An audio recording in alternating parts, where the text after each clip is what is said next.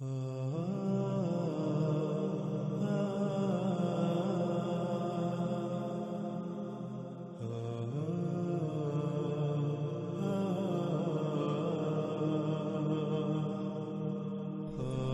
رسول اللہ صلی اللہ علیہ وآلہ وسلم نے کہا تھا کہ دجال مکہ اور مدینہ میں داخل نہیں ہو سکے گا۔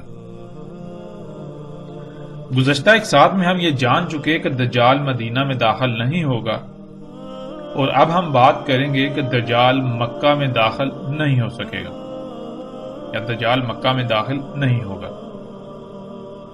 دجال مکہ میں داخل نہیں ہو سکے گا، اسے جاننے کے لیے ہمیں سب سے پہلے مکہ کو جاننا ہوگا کہ مکہ کیا ہے، مکہ کسے کہتے ہیں۔ جب ہم مکہ کو جان لیں گے تو انشاءاللہ اللہ کے فضل سے ہم پر سب کچھ کھل کر واضح ہو جائے گا۔ تو ناظرین، مکہ کیا ہے؟ اگر مکہ سے مراد وہ بستی ہے جو کعبہ کے ارد گرد قائم ہے، تو پھر اس کا مطلب ہے کہ عمر فاروق رضی اللہ تعالیٰ عنہ سمیت وہ تمام کے تمام صحابہ رضوان اللہ علیہم دجال کو نہ سمجھ پائے، اور وہ جھوٹے تھے جو ابن سیاد کے دجال ہونے کی قسمیں کھاتے تھے۔ کیونکہ جب مکہ سے مراد یہ بستی ہے تو پھر ابن سیاد دجال کیسے ہو سکتا تھا؟ اور پیچھے ہم یہ بات جان چکے ہیں کہ رسول اللہ صلی اللہ علیہ وآلہ وسلم نے کہا تھا کہ دجالی اکبر سے پہلے بھی کئی دجال ہوں گے جو کہ انسان ہوں گے۔ تو ناظرین، تو پھر ابن سیاد دجال کیسے ہو سکتا ہے جو کہ یثرب میں ہی رہتا تھا اور مکہ میں بھی آتا جاتا تھا، بلکہ اس کی پیدائش بھی یثرب میں ہوئی جسے آج مدینہ کہا جاتا ہے، اور یہ سب ان تمام صحابہ کرام رضوان اللہ کو علم تھا۔ اس کے باوجود اگر وہ ایسا کہتے رہے تو پھر رسول اللہ صلی اللہ علیہ وآلہ وسلم کے ان الفاظ کو جھٹلانا پڑے گا کہ دجال مکہ اور مدینہ میں داخل نہیں ہو سکے گا۔ لیکن حقیقت یہ ہے کہ عمر فاروق و ابن عمر رضی اللہ تعالیٰ عنہم سمیت تمام اصحاب رسول بھی اپنے قول میں سچے تھے، اور رسول اللہ صلی اللہ علیہ وآلہ وسلم کے الفاظ بھی بالکل حق ہیں۔ اگر کہیں فرق ہے تو وہ لوگوں کی سمجھ میں، کیونکہ لوگوں نے قیاس پر مبنی باطل نظریات کو نہ صرف پروان چڑھایا بلکہ انہیں اپنے ذہان میں اتنا پختہ کیا کہ اور کوئی بات سوچنے کے قابل ہی نہ رہے، اور پھر انہی نظریات کی روشنی میں وہ سب کچھ سمجھنا چاہتے ہیں جو کہ ناممکن ہو جاتا ہے۔ ناظرین، اگر مکہ سے مراد وہ بستی ہے جو کعبہ کے ارد گرد قائم ہے تو پھر رسول اللہ صلی اللہ علیہ وآلہ وسلم نے خواب میں دجال کو کعبے کا طواف کرتے ہوئے کیوں دیکھا؟ یعنی اسے تو مکہ جو بستی ہے اس کے ارد گرد طواف کرتے ہوئے نظر آنا چاہیے تھا، یعنی کہ وہ مکہ میں داخل ہونے کی کوشش کر رہا ہے۔ لیکن جب ہم دیکھیں تو رسول اللہ صلی اللہ علیہ وآلہ وسلم کا جو خواب ہے ہم اسے روایت میں دیکھ سکتے ہیں۔ دجال کو رسول اللہ صلی اللہ علیہ وآلہ وسلم نے کعبے کا طواف کرتے ہوئے دیکھا، یعنی کہ گویا کہ وہ کعبے میں یا اس مقام میں داخل ہونے کی کوشش میں اس کے ارد گرد گھوم رہا ہے۔ پھر ناظرین، اگر مکہ سے مراد یہی بستی ہے جو کعبہ کے ارد گرد قائم ہے تو پھر عمر فاروق رضی اللہ تعالیٰ عنہ سمیت تمام باقی صحابہ جو یہ کہتے تھے ابن سیاد ہی دجال ہے، ابن سیاد کے دجال ہونے پر قسمیں کھاتے تھے، حالانکہ ابن سیاد مکہ اور یثرب میں ہی موجود تھا، وہی موجود ہوتا، اور وہ یہ بھی جانتے تھے کہ دجال مکہ اور مدینہ میں داخل نہیں ہو سکے گا، تو پھر یہ کیسے ممکن ہے؟ یعنی کہ اگر مکہ اور مدینہ سے مراد یہی مکہ مدینہ ہے، یا مکہ سے مراد یہی مکہ ہے جسے آج ہر کوئی سمجھتا ہے، تو پھر کیا عمر فاروق رضی اللہ تعالیٰ عنہ سمیت باقی تمام کے تمام اصحاب رسول جو یہ کہتے تھے ابن سیاد دجال ہے، کیا وہ غلط تھے، کیا وہ جھوٹے تھے، یا انہیں اس بات کی سمجھ نہیں آئی تھی؟ کیونکہ ابن سیاد تو مکہ میں آتا جاتا رہتا تھا، یا پھر وہ اپنے قول میں سچے تھے، مکہ سے مراد وہ نہیں ہے جو مراد لیا جاتا ہے۔ اگر مکہ سے مراد وہ بستی ہے جو کعبہ کے ارد گرد قائم ہے تو پھر پیچھے اٹھائے گئے سوالات سمیت مزید کئی ایسے سوالات پیدا ہوتے ہیں جو کہ لاجواب ہیں، ان کا کوئی تسلی بخش جواب نہیں مل سکتا۔ اور یہ سوالات اٹھانے کا مقصد صرف اور صرف یہ ہے کہ آپ غور و فکر کریں۔ اس حوالے سے جو نظریات قائم کیے ہوئے ہیں، کیا ان کی کوئی بنیاد بھی ہے یا محض قیاس ہی ان کی بنیاد ہے، جو کہ بالکل کھوکھلی ہے؟ اس طرح ناظرین ایک اور سوال پیدا ہوتا ہے کہ مکہ کے نام پر کعبے کے اطراف قائم بستی کا نام مکہ کب، کیوں اور کیسے رکھا گیا؟ کیونکہ آپ کو دنیا میں جتنی بھی بستیوں کے نام ملیں گے وہ کسی نہ کسی شے یا شخصیت وغیرہ سے منسوب ملیں گے۔ جیسے اسرائیل کی ہی مثال لے لیں، موجودہ بستی جو اسرائیل کے نام سے موجود ہے، اس کا نام اسرائیل کیوں ہے؟ اس بستی کا نام اسرائیل یعقوب علیہ السلام کے نام سے منسوب ہے۔ اسرائیل عبرانی زبان کا لفظ ہے اور یہ دو الفاظ کا مجموعہ ہے، اسرا اور ایل۔ اسرا کے عبرانی میں معنی قیدی کے ہیں، یعنی غلام کے ہیں، اور یہی لفظ عربی میں بھی عبرانی سے منتقل ہوا، اور ایل کے عبرانی میں معنی اللہ کے ہیں۔ یوں اسرائیل کے معنی اللہ کے غلام کے ہیں، جیسے عربی میں عبداللہ کہا جاتا ہے۔ اسرائیل اللہ کا غلام، جو کہ یعقوب علیہ السلام کی کنیت تھی، اور انہی کی کنیت پر موجودہ اسرائیل آباد ہے۔ ناظرین بالکل ایسے ہی کعبے کے اطراف میں قائم بستی کا نام مکہ کے نام سے منسوب ہے، اور مکہ اس بستی کے قیام سے پہلے ہی اپنا وجود رکھتا تھا۔ یہ بستی جو مکہ کے نام سے منسوب ہے، اس کا نام ابراہیم علیہ السلام نے رکھا، اور ابراہیم علیہ السلام کا اپنی بیوی اور اپنے بیٹے اسماعیل علیہ السلام کو جب صفا مروہ میں اللہ کے توکل پر چھوڑا تو وہاں آب زمزم کا چشمہ نکلنے کے بعد اس بستی کا قیام ہوا، یعنی یہ بستی جسے آج ہم مکہ کے نام سے جانتے ہیں یہ وجود میں آئی۔ مکہ پوری زمین کا وہ مقام ہے جہاں سے اللہ سبحانہ و تعالی زمین کے تمام عالمین کو ہدایات دے رہے ہیں، انسٹرکشن دے رہے ہیں، احکامات دے رہے ہیں، یعنی زمین کا نظام چلا رہے ہیں۔ بالکل آسان اور سہل ترین الفاظ میں یہ کہ مکہ زمین کا کنٹرول پوائنٹ ہے۔ اسی کنٹرول پوائنٹ کے نام پر ابراہیم علیہ السلام نے اللہ کی طرف سے وحی کے مطابق اس بستی کا نام مکہ رکھا۔ مکہ زمین کا کنٹرول پوائنٹ ہے، اسے ایک مثال سے سمجھ لیتے ہیں۔ مثال کے طور پر جیسے ایک ٹیلی ویژن ہوتا ہے، یعنی ایک ٹی وی ہوتا ہے، اسے آن آف کرنے، اس کے چینل تبدیل کرنے، آواز کم یا زیادہ کرنے، اور اس میں کسی بھی قسم کی کوئی تبدیلی کرنے کے لیے ریموٹ کا استعمال کیا جاتا ہے۔ ریموٹ آپ کے ہاتھ میں ہوتا ہے، آپ ٹی وی کے مالک کہلائے۔ اب آپ نے ٹی وی کو حکم دینا ہے کہ وہ 1 نمبر چینل کی نشریات دکھائے، تو آپ ریموٹ سے 1 کا بٹن دبائیں گے، یعنی یہ کہ آپ نے ریموٹ کے ذریعے ٹی وی کو حکم دیا۔ آپ کا ٹی وی کو دیا گیا حکم ریموٹ سے نور کی لہروں کی صورت میں نکلتا ہے اور ٹی وی تک سفر کرتا ہے۔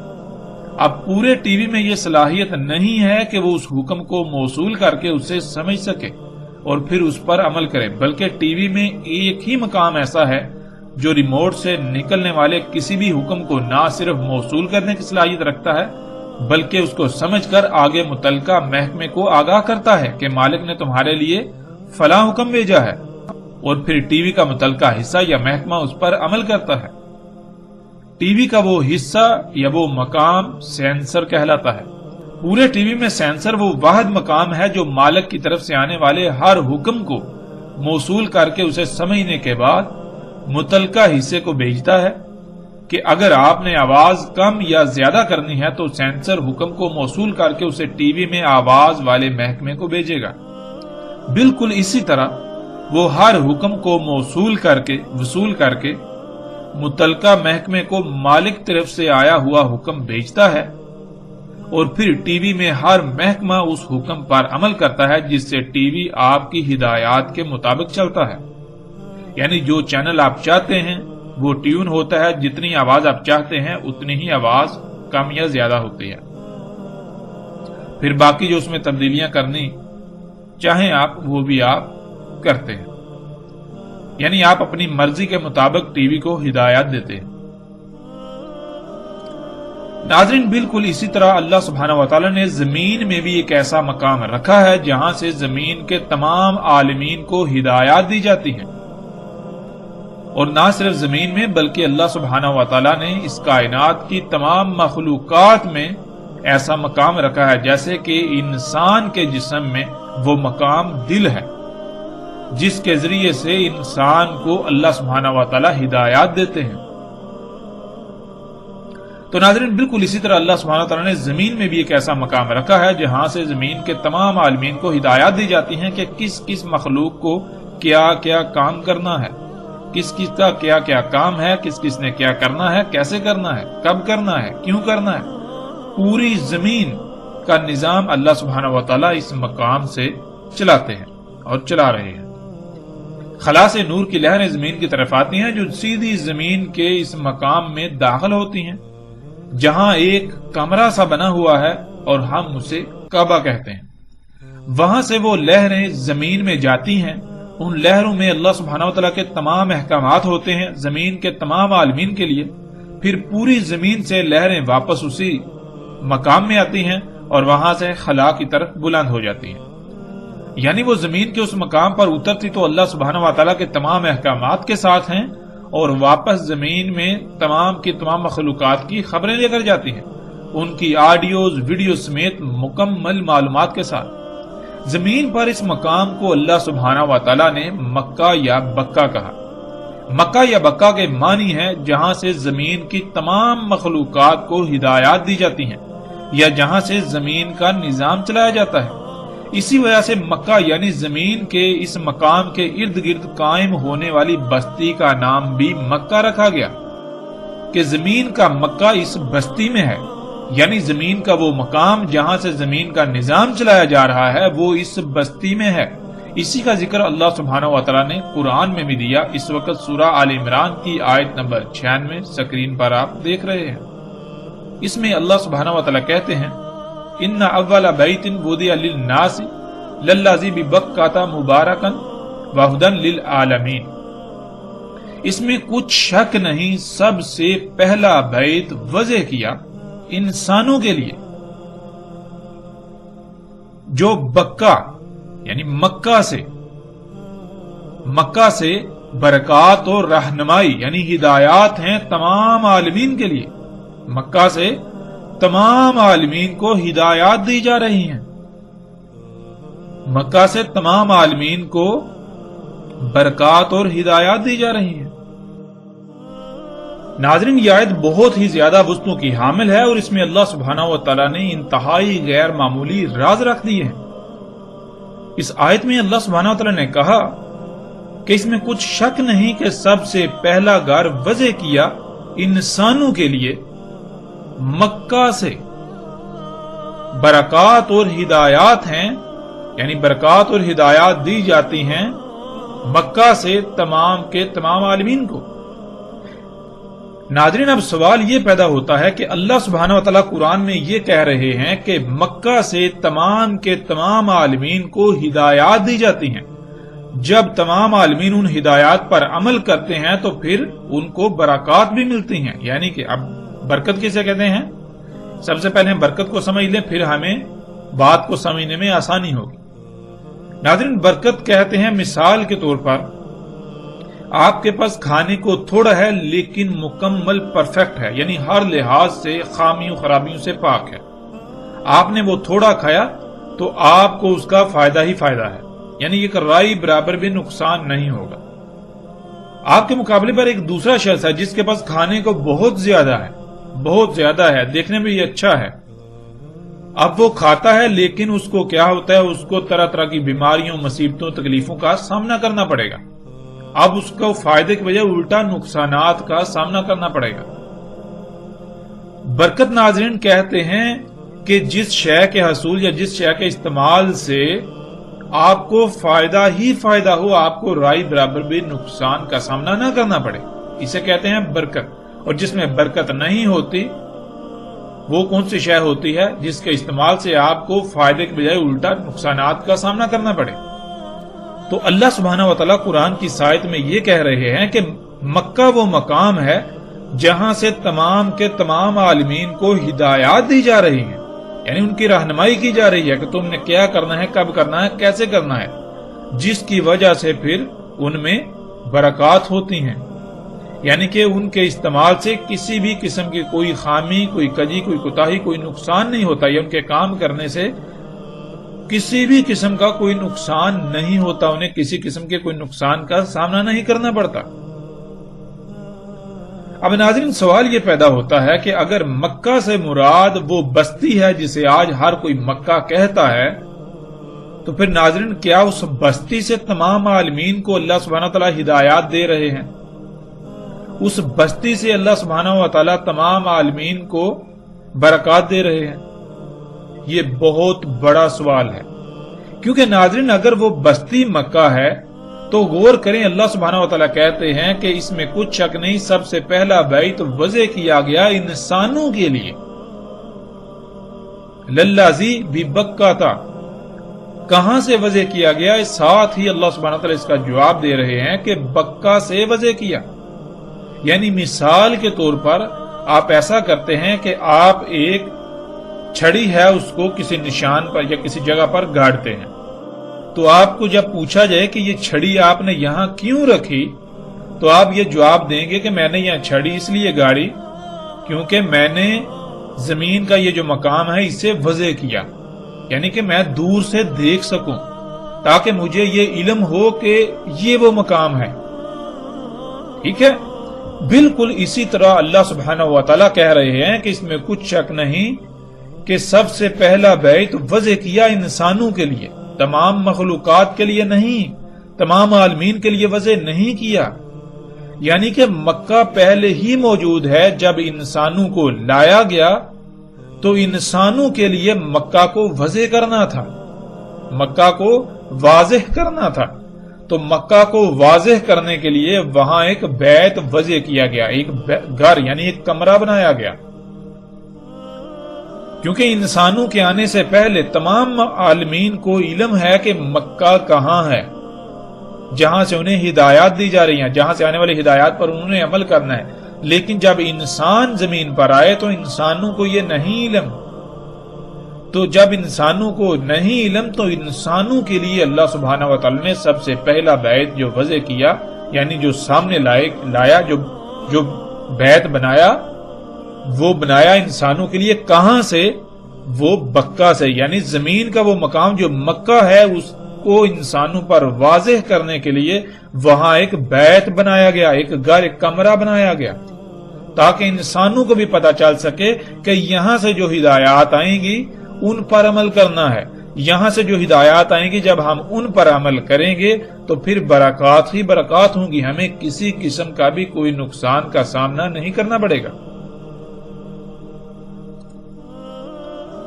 تو ناظرین یہ آیت بالکل کھول کھول کر واضح کر رہی ہے کہ مکہ وہ بستی نہیں ہے، مکہ تو زمین کا وہ مقام ہے جہاں سے زمین کے تمام عالمین کو ہدایات دی جا رہی ہیں، ان کو احکامات دیے جا رہے ہیں کہ انہوں نے کیا کیا، کب کب، کیسے کیسے کرنا ہے، کیوں کرنا ہے، ان کو ہدایات دی جا رہی ہیں۔ اور ناظرین اگر مکہ سے مراد یہ بستی ہے تو غور کریں، جب اس بستی کا وجود نہیں تھا تو اس بستی کے وجود سے پہلے زمین کے تمام عالمین کو ہدایات کہاں سے دی جا رہی تھی، کہاں سے برکات انہیں دی جا رہی تھی؟ تھوڑا غور تو کریں۔ اور پھر اللہ سبحانہ و تعالیٰ نے بالکل واضح کہا کہ کن کے لیے بیت وضع کیا؟ مکہ سے وضع کیا، یعنی کہ زمین کا ایک مقام ہے مکہ، اس کو واضح کرنے کے لیے وہاں ایک گھر بنایا، وہاں ایک کمرہ بنایا، ایک عمارت بنائی، عمارت وضع کی۔ کن کے لیے؟ انسانوں کے لیے، نہ کہ تمام عالمین یا تمام مخلوقات کے لیے، انسانوں کے لیے وہ بیت بنایا گیا تاکہ انسان یہ جان لیں کہ وہ کون سا مقام ہے جہاں سے آنے والی ہدایات کے آگے ہم نے سرنڈر کرنا ہے، ہم نے سلم اختیار کرنا ہے، یعنی اپنے آپ کو مسلم بنانا ہے، اس مقام کے آگے اپنے آپ کو جھکا دینا ہے، سرنڈر کر دینا ہے، وہاں سے جو ہدایات آئیں گی ان کے اوپر عمل کرنا ہے۔ تو ناظرین قرآن کی اس آیت سے یہ بات بالکل واضح ہو گئی کہ مکہ زمین میں وہ مقام ہے جہاں سے زمین کے تمام عالمین کو برکات اور ہدایات دی جا رہی ہیں۔ بیت اللہ نے وضع کیا انسانوں کے لیے، کہاں سے؟ مکہ سے۔ یعنی جیسے ایک جگہ ہو، اس کو واضح کرنا ہو تو اس کو واضح کرنے کے لیے وہاں کوئی نشان یا کوئی شے وضع کی جائے گی کہ دور سے آپ اسے دیکھ سکیں، آپ جان سکیں، آپ پہچان سکیں، آپ کو پتا ہو کہ وہ مقام جو میرا مطلوبہ مقام ہے وہ یہاں ہے، وہ یہ ہے۔ یعنی کہ انسانوں کے علاوہ زمین کے تمام عالمین کو مکہ کا علم ہے، جہاں سے ان کو برکات اور ہدایات دی جاتی ہیں۔ صرف انسان کو علم نہیں تھا، تو جب انسان کو لایا گیا تو انسان پر مکہ کو واضح کرنے کے لیے اس مقام یعنی مکہ پر ایک گھر تعمیر کر دیا گیا، تاکہ انسانوں پر اس کے ذریعے سے مکہ واضح ہو جائے۔ ناظرین، کعبہ کے معنی سمت اور اس مقام کی نشاندہی کے ہیں جس مقام سے اللہ سبحانہ و تعالی زمین کی تمام مخلوقات کو ہدایات دے رہے ہیں۔ اور کعبہ کسے کہا گیا؟ کعبہ اس بیت کو کہا گیا۔ یعنی کعبہ کیا ہے؟ کعبہ یہ ہے، یعنی یہ مقام جو ہے یہ انسانوں کو بتا رہا ہے کہ زمین کا مکہ یہاں ہے۔ زمین کے اس مقام سے اللہ سبحانہ و تعالی زمین کے تمام عالمین کو ہدایات دیتے ہیں کہ کسے کس مقصد کے لیے خلق کیا اور اس نے کیا کرنا ہے۔ لمحہ بلمحہ اسی مقام سے ہدایات دی جا رہی ہیں، اور اسی مقام سے حاصل ہونے والی ہدایات سے جو بھی عمل ہوتا ہے اس میں مخلوقات کے لیے ہر لحاظ سے فائدے ہی فائدے ہوتے ہیں۔ اگر کوئی بھی مخلوق اس مقام کے علاوہ کسی اور مقام سے ہدایات لے گی یا کسی اور مقام سے ملنے والی ہدایات پر عمل کرے گی تو پھر برکات نہیں ہوں گی، یعنی پھر نہ صرف اس کا اپنا نقصان ہوگا بلکہ باقی تمام مخلوقات کا بھی نقصان ہوگا۔ زمین کے اس مقام کو اللہ سبحانہ تعالیٰ نے قرآن میں مکہ یا بکہ کہا ہے۔ اسی وجہ سے اس مقام کے ارد گرد آباد ہونے والی بستی کا نام مکہ رکھا گیا۔ اگر ہم یہ کہیں یا ایسا نظریہ رکھیں کہ صرف وہ بستی ہی مکہ ہے تو پھر نہ صرف اللہ کے کلام کا کفر ہوگا بلکہ نہ ختم ہونے والے سوالات کا دروازہ کھل جائے گا۔ مثلا اللہ سبحانہ و تعالیٰ کہہ رہے ہیں کہ مکہ سے تمام عالمین کو برکات اور ہدایات دی جاتی ہیں۔ اگر مکہ سے مراد کعبے کے گرد قائم بستی کو لے لیا جائے تو پھر اس بستی کے قیام سے پہلے تمام عالمین کو برکات اور ہدایات کہاں سے دی جا رہی تھی؟ کیونکہ یہ بستی تو ابراہیم علیہ السلام کے بیٹے اسماعیل علیہ السلام کے ذریعے وجود میں آئی، اور جب اس کا وجود نہیں تھا تب کیا اللہ سبحانہ و تعالیٰ کی برکات اور ہدایات کا سلسلہ تھما ہوا تھا؟ اور اس سے بڑھ کر بات یہ کہ تب انسانوں کو کہاں سے ہدایات دی جا رہی تھی؟ تب انسانوں کے لیے مکہ کہاں تھا، کیا تھا؟ ظاہر ہے تب بھی تو مکہ تھا نا، لیکن تب مکہ کہاں تھا، کیا تھا؟ پھر ناظرین اگر مزید غور کیا جائے تو اس بستی کا وجود تو انسان کے وجود سے مشروط ہے۔ جب انسان ہی زمین پر نہیں تھے تو اس بستی کا تو کوئی تصور ہی نہیں تھا۔ تب اللہ سبحانہ تعالیٰ کہاں سے برکات اور ہدایات دے رہے تھے زمین کے تمام عالمین کو؟ اور پھر جب انسانوں کا وجود مٹ جائے گا، یعنی ابھی کچھ عرصے بعد جب ساتھ آئے گی، تمام کے تمام انسان مارے جائیں گے، یہ بستی بھی ختم ہو جائے گی، جو بیت وضع کیا گیا، جو کعبہ ہے وہ بھی گر جائے گا، تو پھر اللہ سبحانہ و تعالیٰ کہاں سے ہدایات دیں گے، کہاں سے برکات دیں گے تمام عالمین کو؟ کیا پھر زمین کا سارا نظام درہم برہم یعنی نظام رک جائے گا؟ کیا ہوگا؟ یعنی غور تو کریں ناظرین۔ یہ تو چند ایک سوالات ہیں جو غلط نظریات قائم کرنے کی وجہ سے پیدا ہوتے ہیں۔ اگر ہم مزید بات کریں تو ہزاروں سوالات پیدا ہوتے ہیں جن کا کوئی بھی جواب نہیں ہے۔ مکہ اللہ سبحانہ و تعالیٰ کے کلام قرآن کے مطابق جب زمین کی ابتدا کی گئی تب سے وجود میں لایا گیا۔ مکہ زمین کا وہ مقام ہے جہاں سے زمین کا نظام چلایا جا رہا ہے، جہاں سے بادلوں، ہواؤں، سمندروں، چرند پرند، جانوروں، پھلوں، پھولوں، درختوں، فصلوں سمیت زمین کی تمام کے تمام مخلوقات کو ہدایات دی جا رہی ہیں، انہیں احکامات دیے جا رہے ہیں۔ مکہ کو انسانوں پر واضح کرنے کے لیے اللہ سبحانہ تعالیٰ نے وہاں ایک گھر تعمیر کرنے کا حکم دیا تاکہ انسانوں پر مکہ واضح ہو جائے۔ ناظرین یہ ہے وہ مکہ جس میں دجال داخل نہیں ہو سکتا، نہ کہ وہ بستی جسے آج مکہ کہا جاتا ہے۔ اگر وہ بستی مدینہ ہوگی تو اس میں دجال داخل نہیں ہو سکتا۔ اگر وہ بستی مدینہ نہیں بلکہ قریہ ہے تو وہاں ظاہر ہے پھر دجال ہی دندنائے گا۔ دجال مکہ میں داخل نہیں ہو سکتا، یعنی یہ کہ وہ زمین کے اس کنٹرول پوائنٹ پر اختیار حاصل نہیں کر سکتا۔ اگر وہ زمین کے اس کنٹرول پوائنٹ پر اختیار حاصل کر لے تو پھر نعوذ باللہ اللہ سبحانہ و تعالیٰ زمین کے معاملات میں بے اختیار ہو جائیں۔ ایسا ہرگز نہیں ہو سکتا۔ اور دوسری بات یہ کہ اگر وہ زمین کے اس کنٹرول پوائنٹ پر اختیار حاصل کر لے تو پھر وہ براہ راست زمین کے تمام عالمین کو اپنا غلام بنا لے۔ اس کے لیے اسے کچھ بھی کرنے کی ضرورت نہیں ہوگی۔ زمین پر وہ جو جی چاہے کرے گا، لیکن ایسا نہیں ہوگا۔ وہ مکہ میں داخل نہیں ہو سکتا، یعنی وہ زمین کا کنٹرول حاصل نہیں کر سکتا۔ اسے زمین میں رب ہونے کے لیے الگ الگ سے کوئی کنٹرول بنانا پڑے گا، جس کو ٹی وی والی مثال کے آگے تسلسل سے سمجھ لیتے ہیں۔ مثال کے طور پر آپ سے آپ کے ٹی وی کا ریموٹ حاصل کر لیا جائے تو آپ کا ٹی وی پر کنٹرول ختم ہو جائے گا، اور وہ جس کے پاس وہ ریموٹ چلا جائے گا ٹی وی پر مکمل کنٹرول حاصل کر لے گا۔ پھر وہ ٹی وی کو ہر حکم اسی طرح دے سکے گا جیسے آپ دے رہے تھے۔ اسے اس کے لیے کسی مشقت کا سامنا نہیں کرنا پڑے گا۔ لیکن اگر اسے ریموٹ حاصل نہ ہو تو پھر اسے اگر آواز کم کرنی ہے تو اسے ٹی وی میں آواز والے حصے میں چھیڑ چھاڑ کرنی پڑے گی، اور اس کے لیے کوئی ذریعہ بنانا پڑے گا جس سے وہ ٹی وی کی آواز پر متاثر ہونے کی صلاحیت حاصل کر لے۔ لیکن جب ٹی وی کا اصل کنٹرول آپ کے پاس ہے تو پھر وہ کوئی ایسا ذریعہ بنانے کے باوجود بھی بے بس ہوگا۔ اسی طرح اسے ٹی وی میں کچھ بھی کرنا ہو تو اسے ٹی وی کے ہر حصے میں الگ الگ چھیڑ چھاڑ کرنا پڑے گی۔ جب اسی طرح چھیڑ چھاڑ کی جائے گی تو ممکنہ طور پر ٹی وی میں خرابیاں پیدا ہوں گی اور وہ تباہ ہو جائے گا، کیونکہ وہ ٹی وی کا خالق نہیں ہے کہ اسے ٹی وی کے بارے میں مکمل علم ہو۔ اس لیے وہ ٹی وی میں چھیڑ چھاڑ کر کے اسے خراب کر دے گا، اسے تباہ کر دے گا، بیکار کر دے گا۔ ناظرین، یہ ہے دجال کا مکہ میں داخل نہ ہو پانا۔ دجال ٹیکنالوجی ہے اور انسان ایسی ٹیکنالوجی حاصل نہیں کر سکے گا جو ٹیکنالوجی زمین کے کنٹرول پوائنٹ یعنی مکہ پر دسترس پا سکے۔ آج سائنسدانوں کی کوشش یہی ہے کہ وہ زمین کے کنٹرول پوائنٹ پر دسترس پانے کے لیے ٹیکنالوجی ایجاد کریں اور پوری زمین کے نظام کو براہ راست اپنے قبضے میں لے لیں۔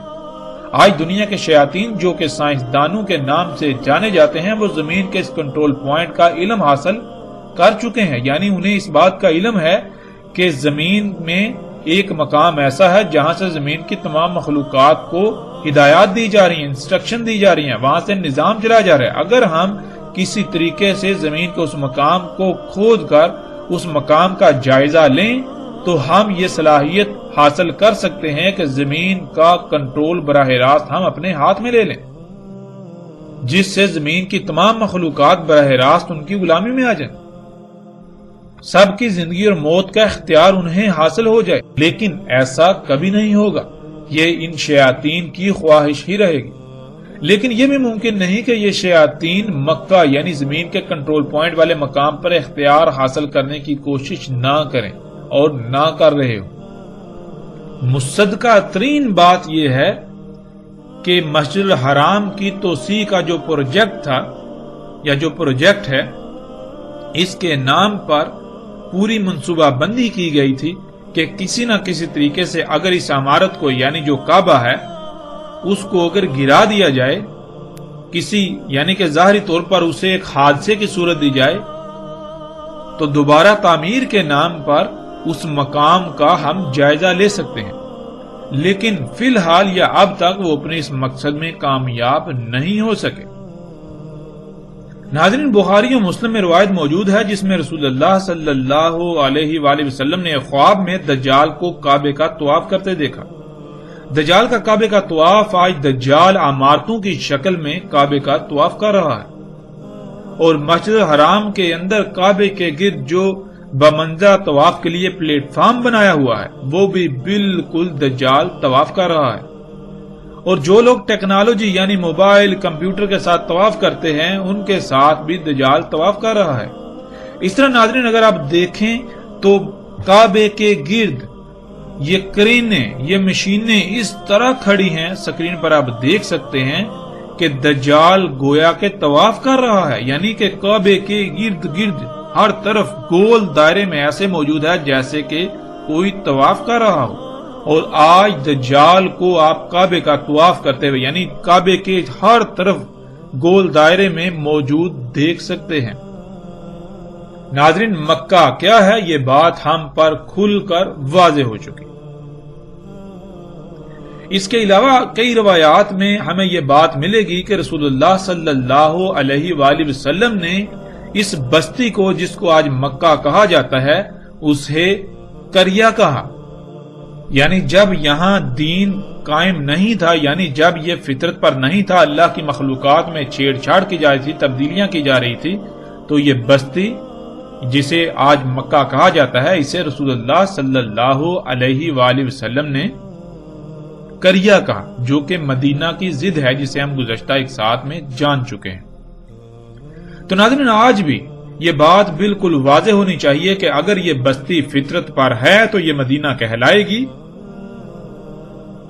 اس بستی کا مکہ کے ساتھ کوئی تعلق نہیں ہے سوائے اس کے کہ یہ بستی وہاں موجود ہے جہاں مکہ موجود ہے۔ اس بستی کا نام مکہ اس لیے رکھا گیا تاکہ پوری دنیا کے انسانوں کے اوپر یہ واضح ہو جائے کہ مکہ ہے کہاں، یعنی زمین کا وہ مقام کہاں ہے جس مقام کے آگے انہوں نے سرنڈر کرنا ہے، جس مقام سے آنے والی ہدایات پر انہوں نے عمل کرنا ہے۔ اگر یہ بستی فطرت پر ہوگی تو یہ مدینہ کہلائے گی، اگر یہ بستی فطرت پر نہیں تو یہ مدینہ نہیں کہلائے گی بلکہ یہ قریہ کہلائے گی۔ یہاں دجال دندناتا پھرے گا اور دندناتا پھر رہا ہے۔ آپ غور کریں، آپ کے اوپر حقیقت بالکل واضح ہو جائے گی۔ تو ناظرین، یہ بات جان لیں کہ مکہ اس بستی کا نام نہیں ہے بلکہ مکہ کچھ اور ہے۔ مکہ کچھ اور ہے جس سے اس بستی کو منسوب کیا گیا۔ جیسے آپ اگر اپنے کسی بچے کا نام کسی سے منسوب کرتے ہیں، یعنی کسی سے متاثر ہو کر رکھتے ہیں یا کسی وجہ سے اپنے بچے کا نام رکھیں گے، بالکل اسی طرح اس بستی کا نام مکہ سے منسوب کیا گیا، نہ کہ یہ بستی مکہ ہے۔ مکہ کا اپنا ایک الگ وجود اس بستی سے پہلے تھا۔ مکہ سے اللہ سبحانہ وتعالی زمین کے تمام مخلوقات کو، تمام عالمین کو ہدایات دے رہے ہیں، ان کو برکات دے رہے ہیں۔ تو ناظرین، یہ بات بالکل کھل کر واضح ہو جانی چاہیے۔ آج اب غور و فکر کریں اور دیکھیں کہ کیا اس بستی میں دین قائم ہے، یعنی یہ بستی فطرت پر ہے۔ اگر تو یہ بستی فطرت پر ہے تو یہ مدینہ کہلائے گی، اگر یہ بستی فطرت پر نہیں ہے تو یہ مدینہ نہیں بلکہ قریہ کہلائے گی۔ ناظرین، حقیقت اور حق ہر لحاظ سے کھل کر آپ کے سامنے آ چکا۔ اب آپ چاہیں تو اسے تسلیم کریں اور اگر چاہیں تو تسلیم نہ کریں، یہ فیصلہ آپ کے اپنے ہاتھ میں ہے۔ اگر آپ اس حق کو تسلیم کریں گے تو ہمارا کوئی فائدہ نہیں، اور اگر آپ تسلیم نہیں کریں گے، انکار کریں گے، تو ہمارا کوئی نقصان بھی نہیں کریں گے۔ اس کے علاوہ ناظرین، اس موضوع پر جتنی جی چاہے بات کی جا سکتی ہے اور مختلف دلائل اور حوالوں سے اور مختلف پہلوؤں سے اس پر کھل کر بات کی جا سکتی ہے، لیکن ہمارا مقصد بات کو بڑھانا نہیں ہے، بات کو لمبا نہیں کرنا، بلکہ ہمارا مقصد تھا مکہ کو سمجھنا، جو کہ قرآن سے بالکل کھل کر واضح ہو گیا۔ اب اس میں کوئی دو رائے نہیں، کوئی شک نہیں، کوئی شبہ نہیں کہ مکہ کیا ہے۔ مکہ یہ بستی نہیں ہے بلکہ مکہ زمین کا وہ مقام ہے جہاں سے تمام عالمین کو اللہ سبحانہ وتعالی ہدایات اور برکات دے رہے ہیں۔ اور جب انسانوں کو زمین پر لایا گیا تو انسانوں کے اوپر یہ واضح کرنا تھا کہ مکہ کہاں ہے، یعنی زمین کا وہ مقام کہاں ہے جس طرف تم نے اپنا رخ کرنا ہے، یعنی جہاں سے آنے والی ہدایات پر تم نے عمل کرنا ہے، ہر طرف سے کٹ کر اپنا رخ تم نے جس طرف کرنا ہے۔ تو ناظرین، جیسے جیسے ہم آگے بڑھیں گے تو دجال کے حوالے سے مزید ہر بات کھل کر سامنے آ جائے گی۔ اس کے علاوہ ایک واقعہ ہے تمیم داری رضی اللہ تعالیٰ عنہ والا، اس پر بھی اگلی ایک ساتھ میں تفصیل کے ساتھ بات ہوگی۔